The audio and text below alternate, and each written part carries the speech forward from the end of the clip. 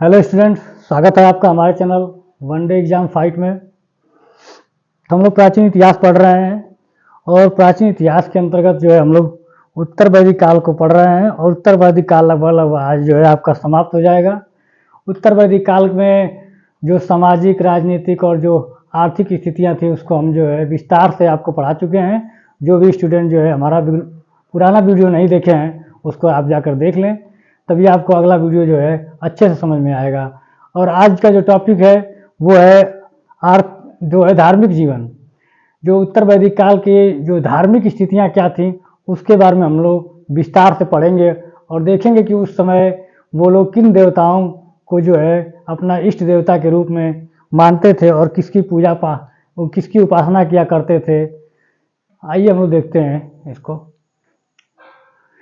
पूर्व वैदिक काल में प्रमुख देवता क्रमशः इंद्र, अग्नि तथा वरुण थे।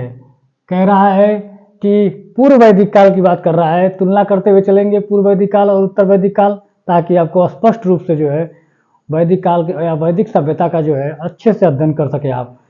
पूर्व वैदिक काल में कह रहा है कि इंद्र, अग्नि तथा वरुण जो है उस समय के जो है प्रमुख देवता के रूप में थे, लेकिन जैसे जैसे जो है समय बीतता गया और उत्तर वैदिक काल में इन तीन देवताओं का स्थान प्रजापति, विष्णु और रुद्र ने धारण कर लिया।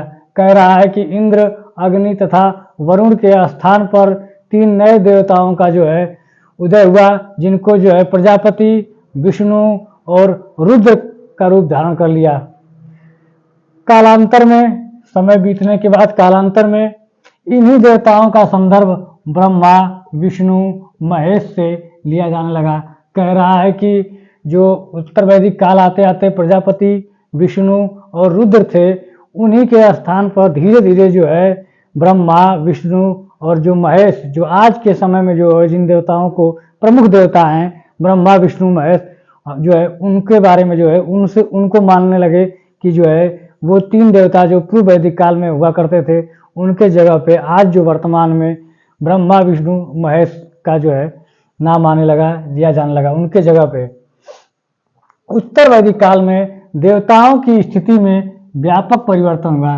कह रहा है कि जब पूर्व वैदिक काल के बाद जब उत्तर वैदिक काल आता है तो न केवल वहाँ के मनुष्यों में सामाजिक स्थिति, राजनीतिक स्थिति, धार्मिक स्थिति में परिवर्तन हुआ, बल्कि कह रहा है कि वहाँ के देवताओं में भी उनके व्यापक स्थिति में परिवर्तन हुआ। अब देवताओं के कार्यों तथा भूमिका में भी परिवर्तन हुआ। कह रहा है कि देवताओं की जो भूमिका हुआ करती थी और उनको जिन कार्यों के लिए उनका जो उपासना किया जाता था उनमें भी धीरे धीरे परिवर्तन होने लगा। कह रहा है कि उत्तर वैदिक काल में इंद्र को सांपों का देवता, राक्षसों का देवता तथा घर लूटने वाले देवता के रूप में संबोधित किया जाने लगा। कह रहा है कि जो पूर्व वैदिक काल में इंद्र एक प्रमुख देवता के रूप में जाने जाते थे, अब उत्तर वैदिक काल आने के बाद जो है स्थितियां बदल जाती हैं। अब इंद्र को लोग जो है सांपों का देवता, राक्षसों का देवता और घर लूटने वाले देवता के रूप में संबोधित करने लगते हैं। वहीं पे अगर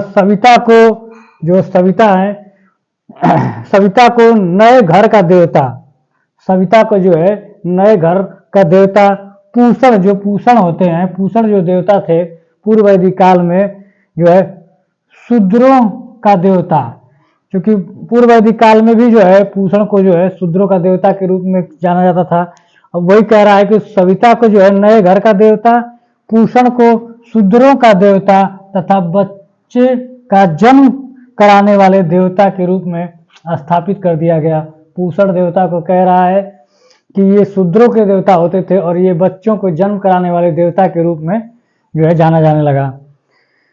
उत्तर वैदिक काल में कुछ सहायक देवताओं की संकल्पना का विकास हुआ, जिसमें अंतर्गत जो है यम, यज्ञ, कुबेर, अश्वनी, गंधर्व इत्यादि प्रमुख थे। कह रहा है कि जो पूर्व वैदिक काल में तीन प्रमुख देवता हुआ करते थे, लेकिन उत्तर वैदिक काल आते आते समय जैसे बीतता गया देवताओं में भी जो है व्यापक परिवर्तन हुआ और उनके कार्यों में उनकी जो भूमिका होती थी उनमें भी परिवर्तन होने लगा और उत्तर वैदिक काल में कुछ अन्य जो है नए देवताओं का भी उदय हुआ, जिनको हम यम और कुबेर, अश्वनी, गंधर्व के रूप में जानते हैं। अगला बिंदु है ब्रह्मलोक की संकल्पना। नरक शब्द का पहली बार प्रयोग पुनर्जन्म की संकल्पना, मोक्ष, उपनिषदों के माध्यम से आत्मा परमात्मा के रूप में अद्वैतवादी दर्शन की आधारशिला का जो है विकास हुआ। कह रहा है कि उत्तर वैदिक काल आते आते जो है ब्रह्मलोक में की संकल्पना, कहते हैं कि जन्म मरण नरक मतलब पुनर्जन्म की संकल्पना। कहने का तात्पर्य है कि उत्तर वैदिक काल आते आते लोगों के अंदर जो है एक प्रकार का इतना जो है धार्मिक जो है एक कह लीजिए कि कुरीतियाँ या धार्मिक जो है एक डर पैदा कर दिया गया कि आपको जो है ब्रह्मलोक में नरक मिलेगा या पुनर्जन्म में आपको जो है कुछ पशुओं के जन्म मिलेगा या किसी भी प्रकार का इतना जो है धार्मिक रूप से इतना डर पैदा कर दिया गया। लोग जो है कह रहा है कि मोक्ष, उपनिषद और आत्मा और परमात्मा के रूप में दर्शन की आधारशिला का विकास हुआ। उत्तर वैदिक कालीन जीवन में परमलोक का महत्व बढ़ने लगा तथा और इस प्रकार की विशेषता पूर्व वैदिक काल में बिल्कुल भी देखने को नहीं मिलती थी। कह रहा है कि पूर्व वैदिक काल में जो स्थिति थी समाज की, जो उन समय की धार्मिक स्थितियां थी, उसमें जो है आपको किसी भी प्रकार से जैसे परलोक जैसी जो है स्वर्गलोक या नरकलोक जैसी जो धारणा थी वो बिल्कुल भी नहीं थी। उत्तर वैदिक काल आया, इसमें जो है लोगों के अंदर एक धार्मिक डर पैदा किया गया कि आपको जो है मरने के बाद जो है नरक में जाएंगे या स्वर्ग में जाएंगे, परलोक में जाएंगे। ऐसी धारणा का विकास जो है केवल उत्तर वैदिक काल में हुआ। ये विकास जो है पूर्व वैदिक काल में नहीं था। उसमें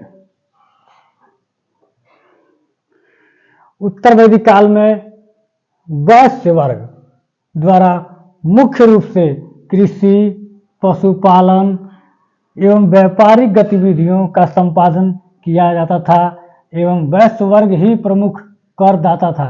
कह रहा है कि उत्तर वैदिक काल में जो वैश्य वर्ग था, जो हमारे वैश्य वर्ग थे, वैश्य वर्ग का तात्पर्य जो है मुख्य रूप से जो व्यापारी वर्ग था उसको हम कहते हैं वैश्य वर्ग। और जो वैश्य वर्ग था यही मुख्य रूप से कृषि, पशुपालन एवं व्यापारिक जैसी गतिविधियों में ये जो है संपादन किया करते थे। और वैश्य वर्ग ही ऐसा था जो सबसे ज़्यादा जो है टैक्स के रूप में कर दिया करता था।